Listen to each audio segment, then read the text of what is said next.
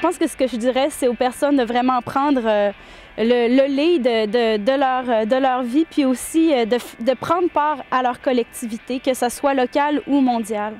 Je m'appelle Séverine Garnier, j'ai 26 ans et j'habite à Québec. Ma perspective, c'est qu'à peu près dans chaque organisation qu'on peut toucher, je pense qu'il y a moyen d'apporter des petits changements qui font une petite différence.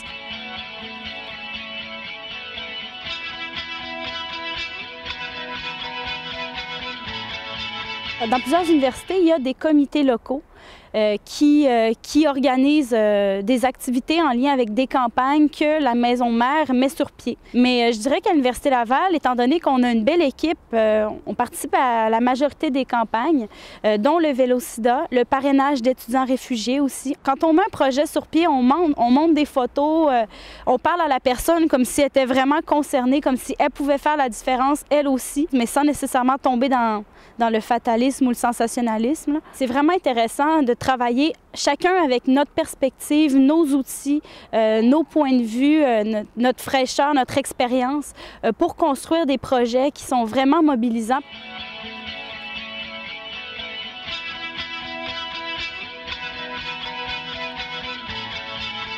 Bien, au départ, j'avais pas vraiment l'impression que la question des femmes, c'était quelque chose qui est encore préoccupant chez nous aussi. Au départ, c'était vraiment en voyant ce qui se passait peut-être ailleurs. Il y a toute une culture du patriarcat qui existe et qui se perdure un peu même quand on arrive dans d'autres pays, et puis qui peut aussi entraîner des changements au niveau de la femme. Elle peut avoir envie de davantage s'impliquer, elle peut commencer par travailler parce qu'elle n'a pas le choix, puis finalement aimer ça et devenir pourvoyeur.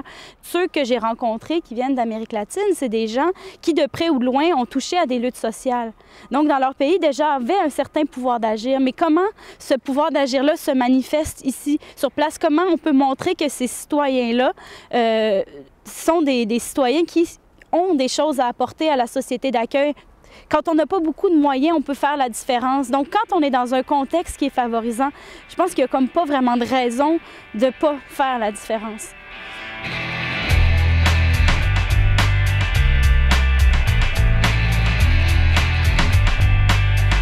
Change ton regard, ton histoire et ton monde.